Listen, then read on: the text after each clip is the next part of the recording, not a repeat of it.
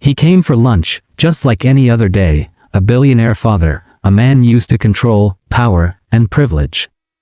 But what he witnessed inside that small-town diner shattered everything he thought he knew about the world, and about himself. A black waitress, unnoticed by most, was teaching his disabled son something more than just a dance step, something that would peel back the layers of a truth he'd been blind to his whole life. What happened next wasn't just unexpected, it was life-changing. And once you hear this story, you'll understand why it can't be ignored. For Daniel Cross, life was measured in precision, stock prices, boardroom meetings, and carefully scheduled weekends. A billionaire by reputation, he was a father by necessity, though his demanding empire often left little room for anything else. His son, Ethan, had been born with a neurological condition that made even the smallest physical movements a challenge.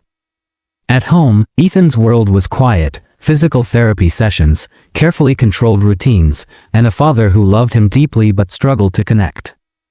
On a chilly autumn afternoon, Daniel decided to stop in a small roadside diner during a business trip, a place far removed from the glass towers and private jets he knew so well. The checkered floors smelled faintly of coffee and frying bacon. He thought it was just another forgettable stop. But in the far corner, a young black waitress was moving gracefully between tables, her smile warm but her eyes shadowed by something deeper. And as she passed by Ethan's wheelchair, something shifted, a moment so small, it could have gone unnoticed. It didn't. Daniel had planned for a quick meal, nothing more. But when the waitress, her name tag reading Maya, stopped by Ethan's table, her eyes softened in a way Daniel wasn't used to seeing from strangers. She crouched down, speaking gently to his son, not in the slow, pity-laced tone so many adopted, but with warmth, with respect. Ethan's face lit up, his hands twitching with the excitement that sometimes came when he wanted to express joy but his body wouldn't cooperate. Then, without asking for attention or permission, Maya stepped back and started moving, slow, rhythmic, deliberate. A dance step. Not flashy. Just simple enough for Ethan to try. She watched him, guiding him through small motions, waiting patiently as he attempted to follow. Daniel watched, frozen between gratitude and confusion. In his world, kindness this pure was rare. But the room's air shifted when two men in a nearby booth began whispering. The first was shaking his head, smirking. The second, an older man with a trucker's cap, leaned back and muttered just loud enough, "Guess they'll let anyone touch a rich kid these days." Daniel felt his jaw tighten. Maya didn't react, but Daniel saw her shoulders stiffen. She kept smiling for Ethan, her hands demonstrating another small movement, ignoring the growing murmur from that booth. When she stepped away briefly to grab their drinks, Daniel overheard the men again. This time, the words hit sharper. "Don't care how sweet she acts, people like her don't belong around folks like him." The implications sank like a stone. It wasn't about her job. It wasn't about Ethan. It was about her skin. Maya returned, cheerful, but Daniel noticed the faint tremor in her hands as she set down the cups. She didn't mention what was said. She didn't have to. The tension was a living thing now, crawling between the tables. Ethan tried the dance step again, but the men's voices carried over, a deliberate intrusion. Some people just don't know their place. One of them laughed, short, ugly. Daniel's instinct was to confront them, but something stopped him. Not fear. Not uncertainty. It was the realization that Maya had likely lived through moments like this far too often, and that in her world, confronting ignorance could come with consequences far worse than an awkward silence. Minutes passed. Maya returned again, her energy dimmed but not gone. She showed Ethan one more movement, slower this time. The joy on his face was unshaken, but Daniel couldn't ignore the tension in the diner. Conversations had slowed. Eyes were glancing over, some curious, some judgmental, a few openly hostile. Then, the moment that shifted the day entirely. The older man from the booth stood up, walked over, and planted himself between Maya and Ethan. "Think it's real nice, you dancing around for the kid," he said, voice dripping with mock politeness. But maybe it's time you left the table. Daniel's chair scraped back. Before he could speak, Maya's manager appeared from the kitchen. But instead of supporting her, he glanced at the man and gave a nervous smile. Maya, maybe take your break. Maya's face didn't change, but Daniel saw it, the flicker of pain, humiliation carefully hidden. She nodded, whispered a goodbye to Ethan, and walked toward the back. The diner's air felt heavier now. Daniel looked at his son, confused, searching for Maya, and something in him broke. For years, he had lived inside a world where money solved problems. But in this moment, he saw a problem money had never touched, the casual, crushing weight of prejudice. He pushed his plate away, ignoring the manager's forced politeness, and followed Maya into the kitchen area. She was standing by the sink, head down, hands gripping the counter. When she looked up, her eyes were wet, not with weakness, but with the exhaustion of someone who had learned to swallow her pride to keep her job. Daniel didn't know the right words. But he knew he couldn't leave it there. Out in the diner, the two men were laughing again. And as Daniel stepped back toward the door, he realized this wasn't just about defending Maya in the moment. This was about the life his son was growing up in, the lessons Ethan would carry about who mattered, and who didn't.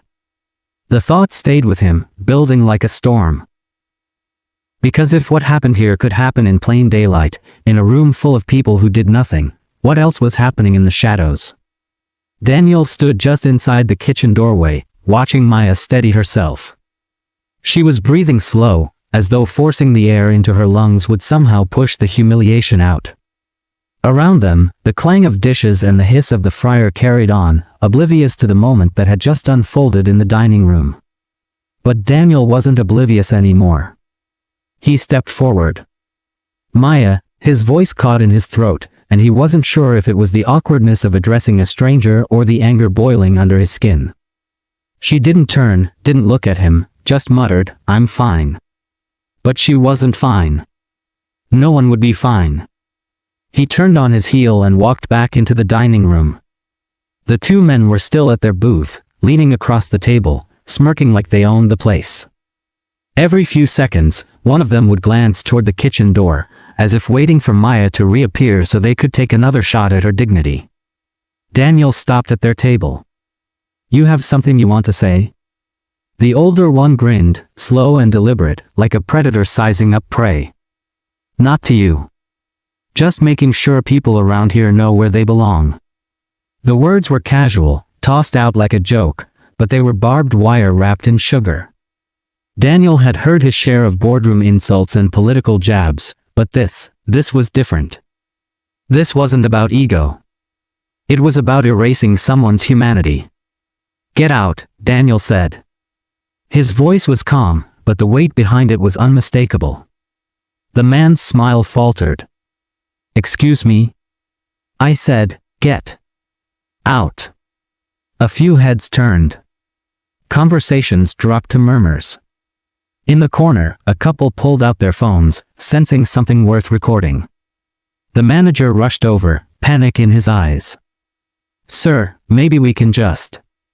Daniel's gaze cut to him, cold enough to stop him mid-sentence. "You're fine letting customers humiliate your staff in public? That's how you run this place?" The manager stammered. Well, they're regulars. And, you know, things can get tense." "Tense?" Daniel's voice rose, the billionaire polish peeling away to reveal raw fury. "This isn't tense. This is hate. And you're letting it happen because it's easier than standing up." The room was silent now, except for the hum of the overhead lights. The two men pushed back from their booth, clearly irritated but unwilling to escalate under so many watching eyes. As they moved toward the door, one of them muttered, "Not your business, city boy." Daniel stepped forward until there was barely a foot between them. "It's everyone's business." The door slammed behind them, the chime jingling in their wake. But the moment wasn't over, not by a long shot. Daniel turned back to see Maya standing in the kitchen doorway, her eyes fixed on him. She looked stunned, but not in the way he expected. It wasn't gratitude. It was something heavier. Something that said, this is what it takes for people to notice. And then, the sound came. From the parking lot, raised voices, angry. Daniel moved to the window. The two men were standing beside a mud-splattered truck, one of them pointing at the diner, the other pacing like a caged animal. The glass muffled the words, but the tone was unmistakable, threats. The manager froze. Maybe you should leave. They're not the type to let things go. Daniel's first instinct was to agree, for Ethan's sake. But then he looked at his son. Ethan was watching, his eyes wide, taking in every movement, every reaction. What would it teach him if his father walked away now? He stepped toward the door, ignoring the manager's protests. As he pushed it open, the cold air bit his skin. The men turned. One spat at the ground. Think you're some kind of hero? Daniel didn't answer. He just stood there, between them and the diner, the quiet weight of his presence refusing to budge. Then, behind him, the sound of a wheelchair rolling over the threshold. Ethan had followed. Maya appeared next, standing beside Ethan, her chin lifted in silent defiance. The scene was still. No one moved. But there was something undeniable in the air now, a shift. The men saw it, too. This wasn't just one wealthy outsider standing up. This was witnesses. This was accountability. This was a moment that could live forever in the age of phone cameras and social media. The younger man cursed under his breath. The older one muttered something Daniel didn't catch, then turned, climbed into the truck, and slammed the door. The engine roared, and within seconds, they were gone. Daniel's heart was pounding, but it wasn't over adrenaline, it was over what he realized in that moment.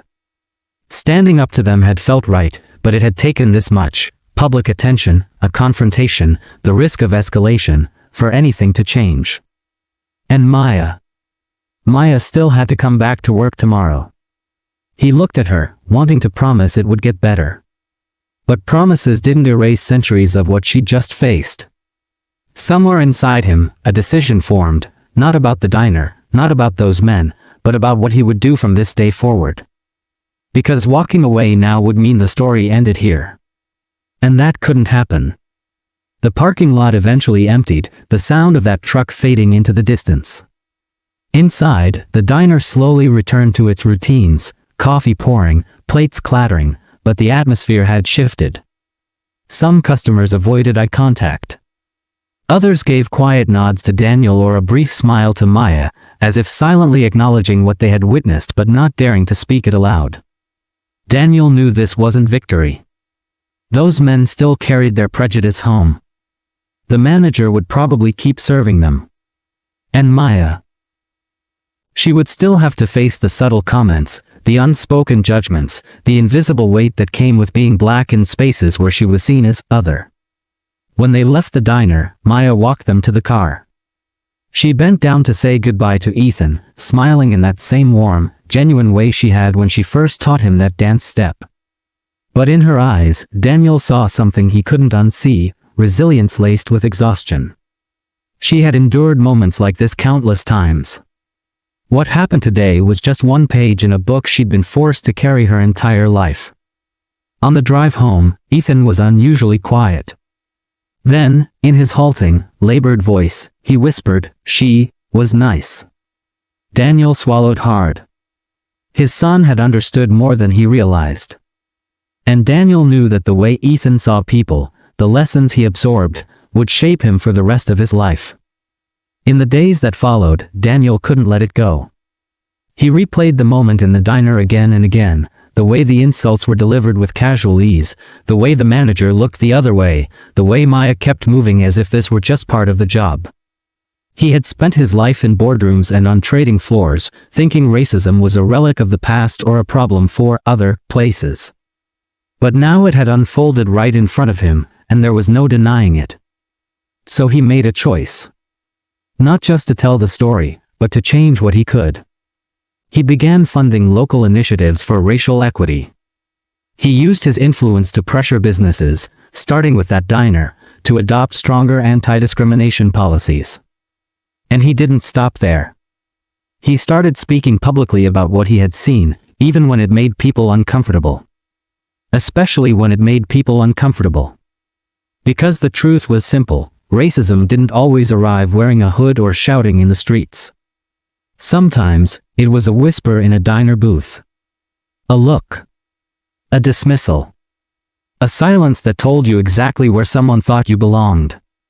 Maya's dance step had taught Ethan more than movement, it had taught him kindness without condition. And that moment had taught Daniel something he should have known all along: silence is complicity. This wasn't just one incident. It was a reflection of a much bigger, ongoing reality, one that thrives when good people turn away, when privilege shields us from seeing, when we tell ourselves it's not our business. So ask yourself, when the moment comes, when the choice is yours, will you look away? Or will you stand, even when your voice shakes? Because the world doesn't change by accident. It changes when we decide it has to.